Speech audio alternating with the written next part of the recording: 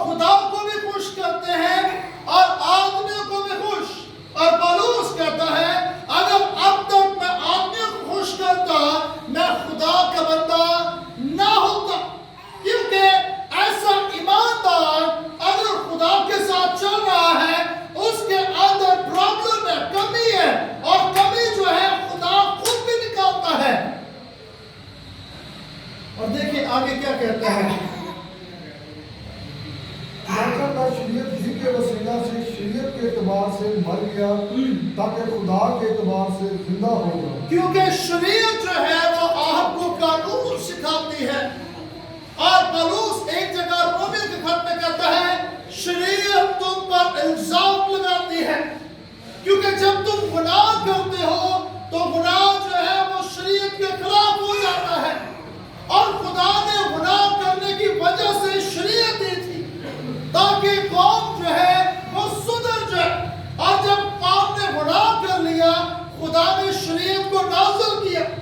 اور اس لیے پولس کہتا ہے کہ میں شریعت پر عمل کرتا تھا لیکن میں مردہ تھا, کیونکہ میں مسیح جیسے کام نہیں کرتا تھا, میں مسیح جیسی محبت نہیں رکھتا تھا, میں مسیح جیسا چال چلن نہیں رکھتا تھا. اس لیے میں اس شریعت سے مرد گیا, میری موت ہو چکی ہے. لیکن میں مسیح کے طور پہ خدا کے طور پہ اب میں زندہ ہوں اور مجھ میں خدا کا کلام ہے. اور یہ کلام جو ہے یہ پولس رسول کلیسیا کو, ایمانداروں کو یہ تحفے میں دیتا ہے. اور دیکھیں آگے کیا لکھا ہے. میں مسیح کے ساتھ مصلوب ہوا ہوں اور اب میں زندہ نہ رہا بلکہ مسیح مجھ میں زندہ ہے. کیونکہ جب میں نے توبہ کر لی, میں نے بپتسمہ لے لیا, میں نے یسوع کو قبول کر لیا, تو وہ کہتا ہے اب میں زندہ نہ رہا بلکہ مسیح مجھ میں زندہ ہے. اور اس سے پر وہ یہ بات پھر سے کہتا ہے کہ میں نے ان کاموں کو اٹھا دیا ہے, میں نے ختم کر دیا ہے, اب میں ویسے کام نہیں کرتا. ایماندار اگر ایسے کام دوبارہ کرتا ہے تو یاد رکھیں پھر وہ ایماندار نہیں, وہ بے وقوف ہے, اس کے پاس سمجھ نہیں ہے, عقل نہیں ہے, وہ خدا کو ٹھگتا ہے, وہ خدا کے ساتھ کام نہیں کر رہا, وہ خدا کے ساتھ اپنا رویہ درست نہیں کرتا. کیونکہ ایسے کام جو آپ نے ختم کر دیے پھر سے وہ کام کریں تو وہ درست نہیں ہوتا. مثال کے طور پہ آپ کوئی چیز بناتے ہیں اور اس کو ختم کر دیا جائے اور پھر سے اس کو بنا دیا جائے, آپ بے وقوف ہو سکتے ہیں. اگر اس کو پھر بنانا ہی تھا تو پھر توڑا کیوں, اس پہ خرچہ کیوں کیا, اس پہ وقت خراب کیوں کیا. اور ایسے لوگوں کے اوپر بھی آپ وقت خراب کرتے ہیں, آپ انہیں بڑا سکھاتے ہیں, آپ انہیں بڑا سمجھاتے ہیں, آپ انہیں دن رات ٹائم دیتے ہیں, لیکن جب وہ خدا کے کلام کو سیکھتے ہی نہیں پھر آپ بے وقوف بن جاتے ہیں. کیونکہ ایسے لوگوں پہ محنت کرنا آپ کو بے وقوفی لگتا ہے. ایسے لوگ آپ کے لیے محنت نہیں بلکہ وہ آپ کا وقت برباد کر رہے ہیں. آئے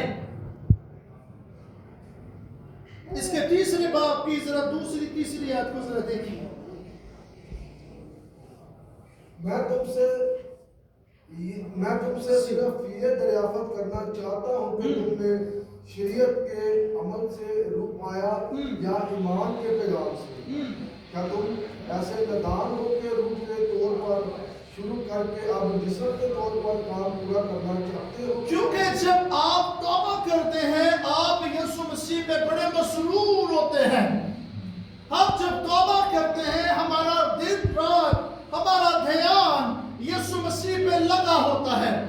لیکن جب ہم تھک جاتے ہیں, جب ہم پریشان ہو جاتے ہیں, ہم اس کام کو بجائے خدا کے سپرد کرنے کے ہم دنیا کے اندر دیکھنا پسند کرتے ہیں. آپ کو معلوم ہے جب یسوع مسیح پہاڑ پہ کھڑا ہوا ہے اور ابلیس نے آ کر یسوع کو کیا کہا, اپنے دائیں نیچے پھینک دے کیونکہ تیری بابت لکھا ہے. وہ اپنے فرشتوں کو کیا کرے گا, حکم دے گا. لیکن دیکھیں یسوع مسیح اس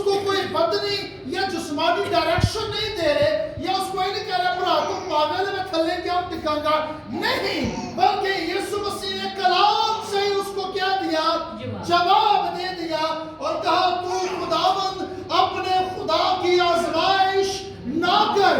جب ہم آزمائش میں ہوتے ہیں, تکلیف میں ہوتے ہیں, جب ہم پرابلم میں ہوتے ہیں, ہم بجائے خدا کے کلام کو, ہم خدا کے لوگوں سے, ہم دوسری چیزوں میں دوڑتے ہیں, ہم بھاگتے ہیں, کسی طرح اس میں سے نکل جائیں, کسی طرح بھاگ جائیں, کسی طرح آزاد ہو جائیں. لیکن خدا ایسا نہیں چاہتا. خدا چاہتا ہے ہم اس روح کو جو ہم نے شروع میں حاصل کیا تھا اس کو قائم رکھیں, اس کے ساتھ چلیں اور مسیح کا بدن جو ہم ہیں یہ ترقی پائے. آمین. مسیح کا بدن کلیسیا ہے. میں نے کلاس میں بھی پڑھایا کہ جو سر ہے وہ مسیح ہے, اور آپ کے سر کو اگر کوئی تکلیف پہنچاتا ہے آپ بھی اس کو تکلیف پہنچاتے ہیں, کیونکہ یہ جو ہے یہ آپ کا سر ہے اور یہ بہت کچھ کرتا ہے. آپ یہاں سے سوچتے ہیں اور پھر آپ کا پورا بدن کام کرتا ہے.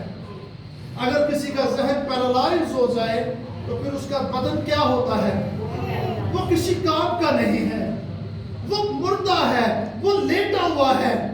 لیکن اگر کسی کا ذہن کام کر رہا ہے, بدن بھلے کام نہ کر رہا ہو, وہ لیٹے بھی حکم دیتا رہے گا, اے کرو وہ کرو فلانا کرو, کیونکہ یہ آپ کے پاس بہت خاص ہونا چاہیے. آخری بات کر کے اس کو ختم کروں گا, پھر بچوں کی پریکٹس کا ٹائم ہے. آئیں ذرا پطرس کا خط نکالیے گا میرے ساتھ.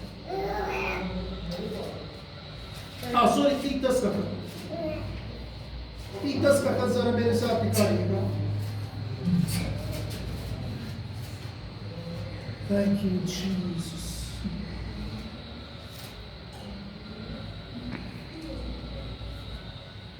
جی, دوسرا باب اور اس کی 11ویں اور 12ویں آیت.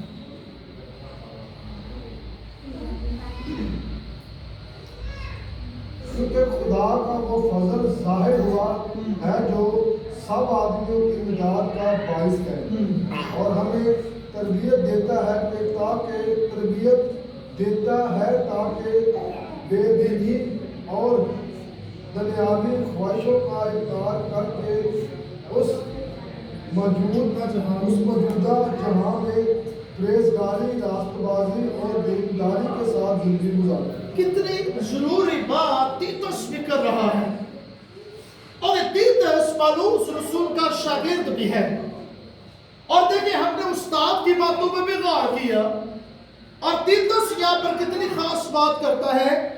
تیتس کہتا ہے کیونکہ خدا کا وہ فضل ظاہر ہوا ہے جو سب آدمیوں کی نجات کا کیا ہے, باعث ہے.